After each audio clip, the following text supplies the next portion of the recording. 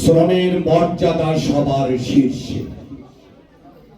কতদিন চলবে শ্রেণী বৈষম্য, শোষণ আর নির্যাতন? তীব্র অসন্তোষ, দিনের পর দিন শুধুই জ্বালাতন।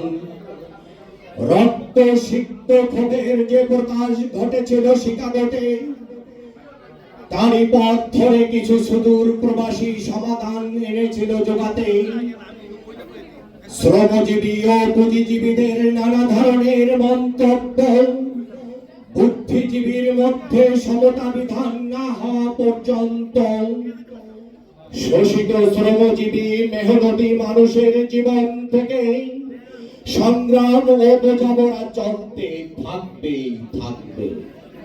মালিক আর শ্রমিকের সমঝোতায় পরিপূর্ণ অধিকার লাভের মাধ্যমেই তা চায়, যেন প্রতিটি মেহনতি মানুষ তার ন্যায্য পাওনাটুকু মর্যাদায় পায়। রোদে পোড়া বৃষ্টিতে ভেজা কাস্তে কোদাল লাঙ্গল, তাদের শ্রমেই অন্ন জুটে, তাদের শ্রমেই সচল।